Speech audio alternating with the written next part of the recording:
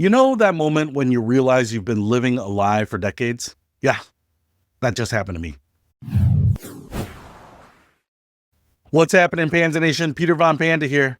Let's talk about the sound of music. And before you click away, thinking that this is some wholesome trip down memory lane, trust me, this is about betrayal in the worst way. Musical betrayal.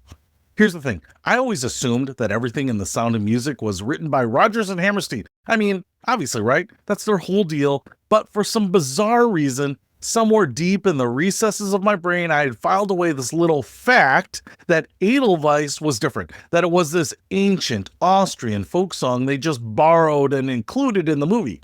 You know, to add some authentic Alpine flavor to the production, a little cultural seasoning, if you will. You know, if Meghan Markle took a musical and wanted to elevate it a little bit.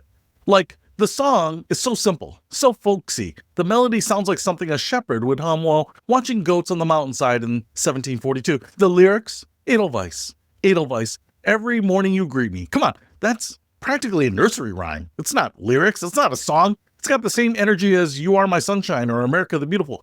Sounds like something that's existed since the dawn of time. So naturally, I just accepted that this thing was a real thing, a treasured piece of Austrian heritage that Rodgers and Hammerstein graciously incorporated into their masterpiece.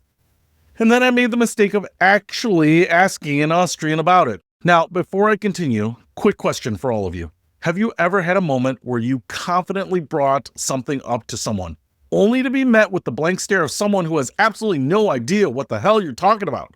If you have, share it with me because I feel like a loner right now. So I'm talking to this Austrian gal and I bring up Edelweiss, expecting her to get all nostalgic and emotional, maybe shed a single tear while gazing at the Alps that don't exist here in America. Instead, nothing. Blank stare. She'd never even heard of the song. And here's where it gets better. She'd never heard of The Sound of Music either. And I'm sitting there thinking, what?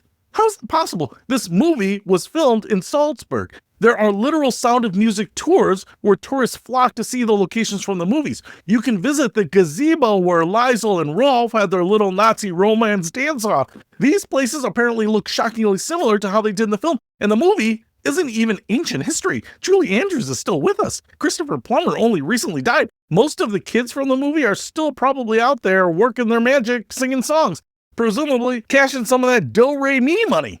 But then it hit me, and suddenly I felt like the world's biggest idiot. Why would Austria embrace this movie as some sort of national treasure? Think about it. The Sound of Music actually depicts, sure, the Von Trapp family looking good, principled, brave, and standing up to the expanding Nazi regime. But the rest of Austria? Yeah, the movie shows them pretty much rolling out the red carpet for the Nazis, throwing Nazi parties, waving swastika flags, and having a grand old time with fascism. And you know what? That's probably not the highlight reel Austria wants playing on a loop for tourists. Come, visit the beautiful Austria where we have mountain schnitzel and that one time we enthusiastically welcomed the Third Reich. Not exactly the tourism slogan they're looking for. So a movie that showcases the struggle between one noble family and a country full of people who were maybe a little less than noble, yeah, it's probably not something they want to plaster all over their national identity. I can't exactly blame them for not embracing the fact that The Sound of Music was filmed here on every street corner. But this brings me back to Edelweiss. This song, that I was so sure was real, so convinced it was woven into the fabric of Austrian culture, turns out, nope, made up, completely fabricated by Rodgers and Hammerstein. No Austrian has any particular attachment to the song.